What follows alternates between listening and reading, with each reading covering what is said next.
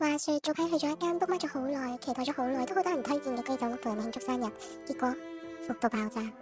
咁一坐低佢就有塊牌介紹當日嘅飛機貨，價錢中規中矩。咁我哋嗌咗一隻活赤貝，影出嚟大隻咗，實際上好細隻，新鮮程度都係一般。一個鱈魚白子，個汁調得幾好味，份量都 OK。一個手吊池魚兩食啊，呢個真係要俾個讚嘅。讚嘅係師傅巧奪天工嘅刀法啊，切到薄過0.01。又可能因為咁啦，唔係好食到魚味，360幾蚊，刺身嘅部分就係呢10片啊。第二食就係攞嚟做咗 tempura 啦，炸得唔錯嘅，炸得幾香口，啲骨都幾鬆化，送酒一流。講起酒咧，發生咗件事都幾有趣。咁話說6點入座，用餐時間2個鐘，我覺得都合理。咁我第一次見酒嘅 menu 咧，sake 係冇得揀嘅，大致720蚊，仲要係市價。咁佢攞咗呢幾支出嚟啦，700幾蚊，我見麻麻地，咁我諗住嗌300蚊，然後佢話300蚊嘅話冇得揀。